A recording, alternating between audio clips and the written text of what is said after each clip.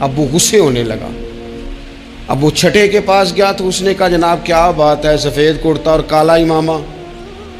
اب وہ غصے میں اتنا باولا ہوا کہ پہلے ہنسا پھر رویا، پھر اسے سمجھ نہ آئی کہ دکان کا تالا کس چابی سے میں نے کھولنا ہے. بس وہ شام ہوئی تو اس بیچارے کو بچوں نے روڑے مارنے شروع کر دیے. وہ اتنی تکلیف میں آ گیا کہ لوگ اسے پاگل کہنے لگے. کیوں؟ اس لیے کہ لوگ منصوبہ بند، افواہ تھی نا کہ میری طبیعت خراب ہے، تو لوگوں نے حال پوچھ پوچھ کر بیمار کر دیا. لوگوں کی باتیں، لوگوں کے تبصرے، لوگوں کے کومنٹس. بولے امام شافعی فرمانے لگے لوگوں کی باتیں پتھروں کی طرح ہوتی ہیں، یہ روڑوں کی طرح ہوتی ہیں. اگر انہیں کمر کے اوپر رکھ لو گے نا تو یہ تمہاری کمر توڑ دیں گی، اور اگر تم ان کو اپنے پیروں کے نیچے رکھ لو گے تو تمہارا قد اونچا ہو جائے گا. بس دنیا میں وہ لوگ پریشان ہوتے ہیں جو لوگوں کی باتوں کو کندھوں پر سوار کر لیتے ہیں. جو پیروں کے نیچے رکھے، جو پاؤں کے نیچے رکھے، ان کا قد. وہ پرانے زمانے میں نا عارف رومی رحمۃ اللہ علیہ فرماتے ہیں کہ ایک بیل گائے گر گئی تھی کنویں کے اندر، تو اب وہ لوگ اس کو نکال تو نہیں سکتے تھے، تو انہوں نے اس طرح کیا کہ مٹی ڈالنی شروع کر دی کہ اب بدبو آئے گی، پریشانی ہوگی، تو اس کو بند کر دیتے ہیں اندر ہی کنویں کو. کنواں نئی جگہ پہ کھود لیتے ہیں.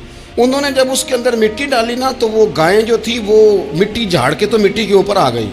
انہوں نے پھر مٹی ڈالی تو وہ تھوڑی اور اوپر آ گئی، اور مٹی ڈالی تو اور وہ مٹی ڈالتے گئے اور گائیں وہاں سے کنویں سے باہر آ گئی. لوگوں نے دفن کرنا چاہا، وہ باہر نکل آئی. او میرے بھائی، لوگ بھی اپنی باتوں میں دفن کرنا چاہتے ہیں، لیکن یاد رکھنا جو چمکنے والے تھے وہ چمکتے ہی رہے. جن کو اللہ نے عزت دی تھی ان کی گھٹائی کوئی نہیں سکا.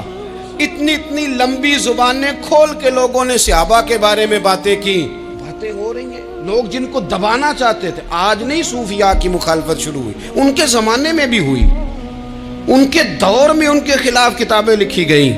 لکھنے والے خدا جانے کہاں ہیں، اور داتا صاحب ہو رہی ہے، خواجہ صاحب ہو رہی ہے. حضور غوث اعظم کے ان کے زمانے میں بھی ایسا نہیں ہوا کہ بڑی خوشی سے لوگوں نے آگے بڑھ کے پھول ڈالے ہوں. ان کے دور میں باقاعدہ جتھے تیار ہوئے، جتھے، اور پورا کام کیا گیا. اور ویسے بھی اگر کوئی شخص آپ کا مخالف ہی نہیں ہے تو پھر آپ کو چمکنے کا مزہ کیسے آئے گا؟ کوئی تو مخالف ہو نا، کوئی تو ہو نا جو کوئی بات کرے. دیکھیں نا، اگر اندھیرا نہ ہو، رات نہ ہو، تو بلب کی کوئی اہمیت رہ جائے گی؟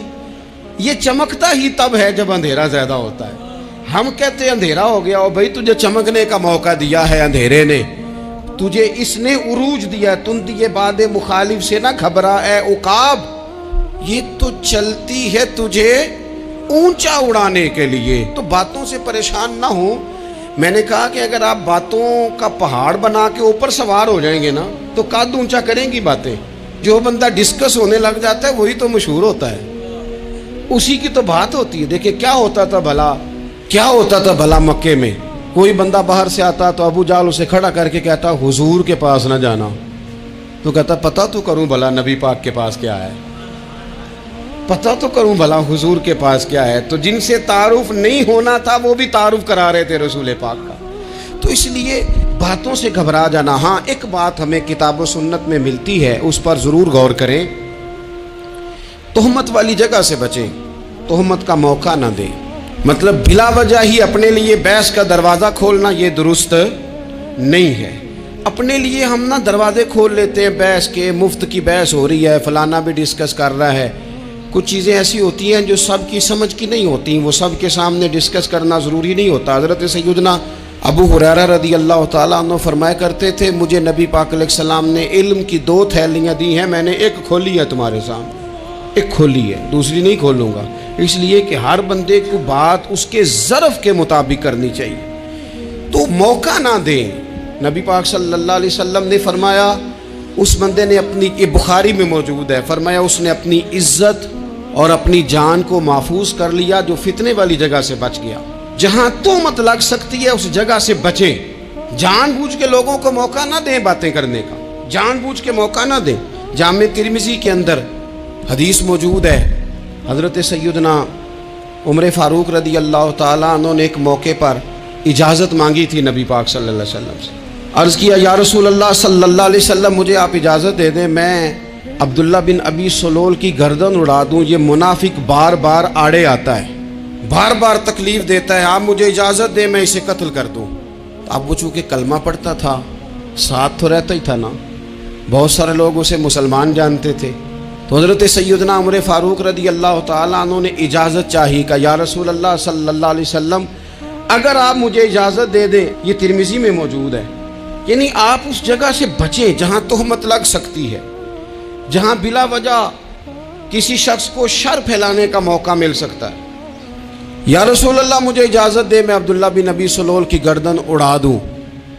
تو نبی پاک صلی اللہ علیہ وسلم نے فرمایا کہ عمر اگر میں تمہیں ایسا کرنے کی اجازت دوں گا تو لوگ کہیں گے کہ وہ اپنے قریبیوں کو انہوں نے مروانا شروع کر دیا ہے, ساتھ والوں کو ہی مروانا شروع, لوگ تو اسے مسلمان سمجھتے ہیں تہمت والی جگہ سے. بلکہ بخاری شریف میں اسی طرز کا ایک اور پیغام بھی ہمارے لیے موجود ہے. یہ جو حرم شریف آج ہمارے سامنے ہے نا بیت اللہ شریف, اس میں ایک پیچھے مقام ہے جس کو حتیم کہا جاتا ہے, یہ خانہ کعبہ کا حصہ ہے.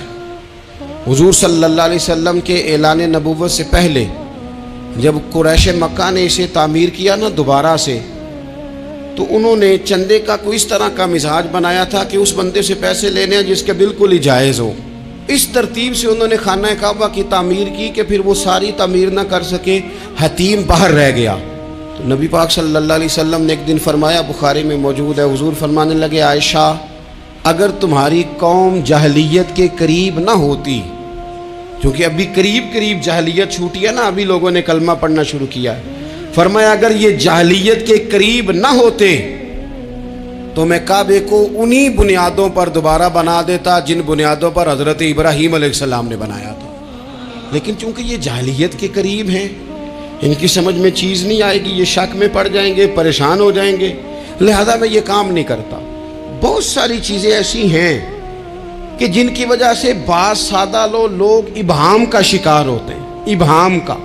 ہمارے علماء نے اس طرح کیا کہ بڑے طے کر کے عقائد کے عنوانات امت تک پہنچائے.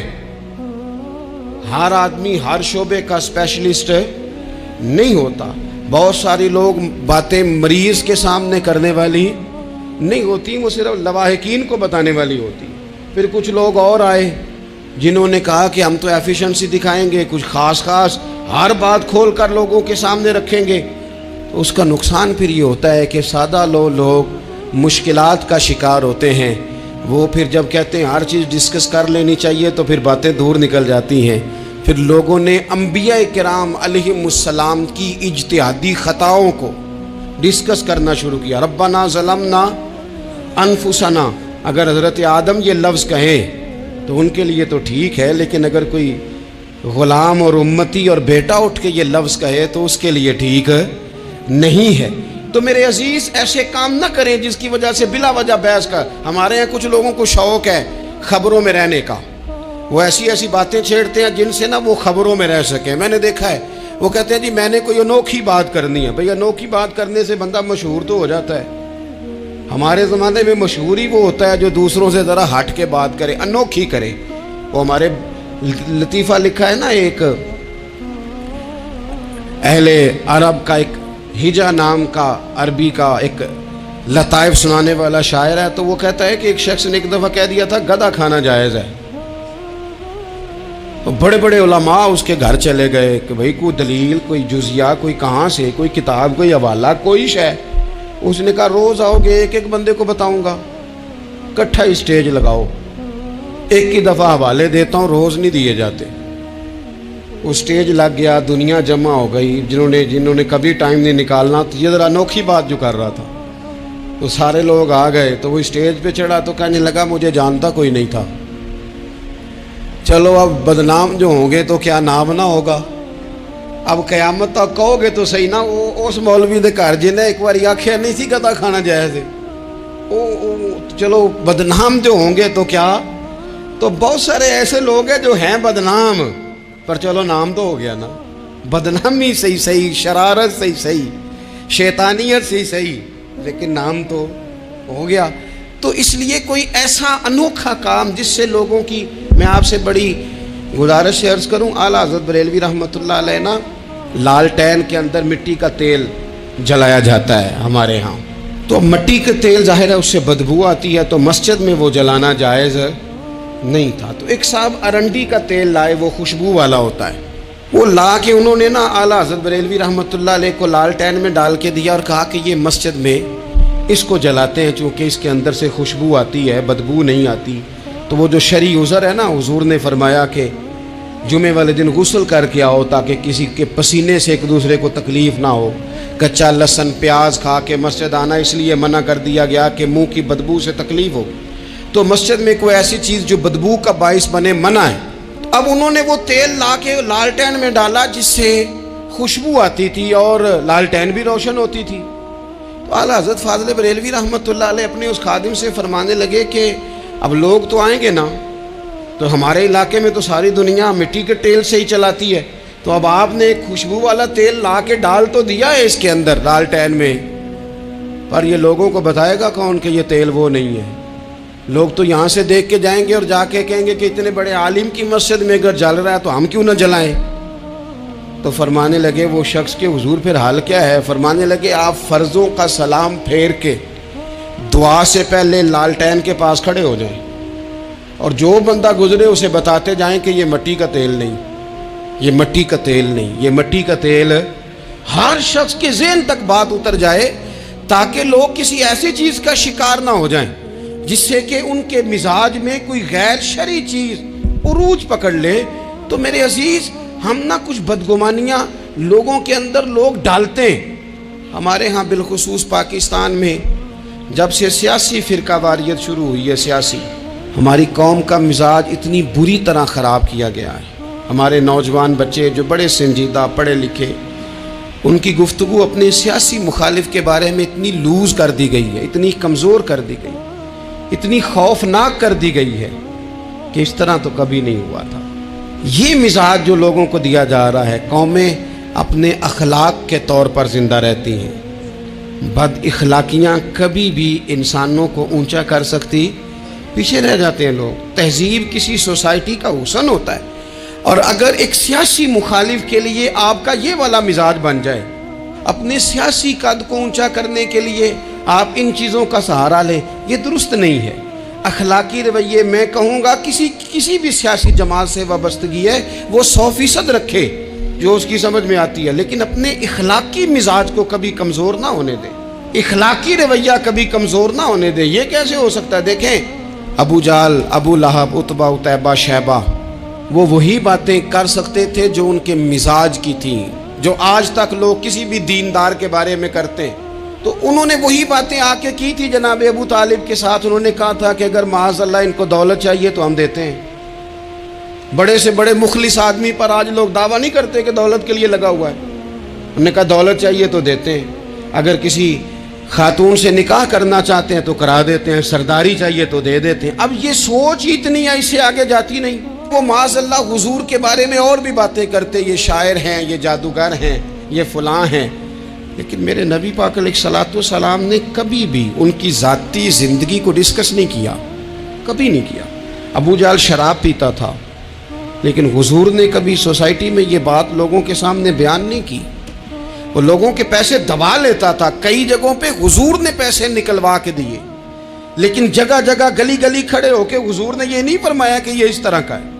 آپ اپنے مخالفین کے بارے میں ضرور کلیم کریں، ثبوت کے ساتھ ضرور بات کریں، یہ ضروری ہے، لیکن آپ کا رویہ اتنا گھرا ہوا نہیں ہونا چاہیے کہ لوگ سمجھیں کہ یہ قوم تو اخلاق سے ہٹ گئی ہے۔ آپ اختلاف کریں، لیکن اختلاف کے بھی آداب ہوتے ہیں، اس ادب کے دائرے کے اندر ہے کہ صحابہ کے بیچ بھی رائے کا اختلاف ہو جاتا تھا، ہو جاتا ہے، ہو جایا کرتا ہے۔ حضور اس اختلاف کو قبول کرتے، بھئی ہو جاتا ہے رائے کا اختلاف اپنوں میں، لیکن اس کے اندر انسان توہین پہ اتر آئے، اس کا لہجہ اس طرح کا ہو جائے جس طرح کی بازاری گفتگو کی جاتی ہے، تو محسوس ہوتا ہے کہ یہ تربیت کا فقدان ہے۔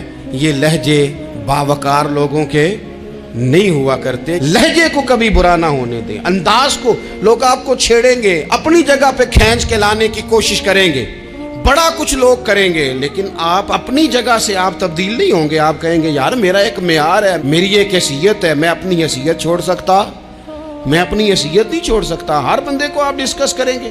تو تہمت والی جگہ سے ضرور بچیں، بدگمانی سے ضرور بچیں، لیکن ہر شخص کو اس کے معیار کے مطابق اتر کا جواب دینا یہ باوقار لوگوں کا سٹیٹس نہیں ہوتا. وہ کہتے ہیں جا بات کر، جا کے تو کون ہوتا ہے تیری بات کرے. اب ہم ہر شخص کے منہ لگیں، یہ کیسے ہو سکتا ہے؟ نبی پاک صلی اللہ علیہ وسلم گزر رہے تھے، صحیح بخاری میں موجود ہے. آپ کی اہلیہ حضرت صفیہ رضی اللہ تعالیٰ عنہ آپ کے ساتھ تھیں. رات کا وقت تھا، حضور گزر رہے تھے تو صحابہ کچھ کھڑے تھے، تو حضور نے ایک کو بلا کے کہا کہ یہ میری بیوی ہیں، صفیہ ہیں. عرض کرنے لگے حضور مجھے میری ماں روئے، میں کوئی آپ کے بارے میں بدگمانی کرتا؟ تو حضور نے جواب میں کیا کہا؟ محبوب فرمانے لگے جس طرح رگوں میں خون گردش کرتا ہے نا، شیطان بھی اسی طرح ہی گردش کرتا ہے. گویا حضور بتا رہے ہیں کسی وقت بھی بدگمانی پیدا کر دیتا. میں تمہیں بتا رہا ہوں کہ اپنی اہلیہ کے ساتھ جا رہا ہوں، میری بیوی ہے. اور نبی پاک کا یہ طریقہ ہے. مسند امام احمد بن حنبل میں حدیث موجود ہے. حضرت عبداللہ ابن مسعود رضی اللہ تعالیٰ عنہ، کمال آدمی حضرت عبداللہ ابن مسعود. حضور نے فرمایا عبداللہ ابن مسعود سے قرآن سیکھا کرو، یہ اسی طرح پڑھتے ہیں جس طرح میرے اوپر نازل ہوا تھا. حضرت عبداللہ ابن مسعود کو نبی پاک علیہ السلام نے فرمایا درخت پہ چڑھ کے ذرا میرے لیے مسواک تو اتار دو.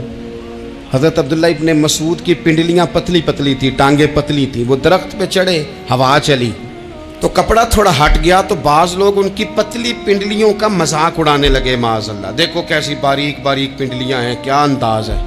اب حضور بیٹھے ہیں نا، تو انہوں نے جو بات کی تھی وہ بات بھی درست تھی، پنڈلیاں واقعی پتلی تھی. اور کوئی بھی اس انداز میں دیکھتا تو شاید مسکراتا.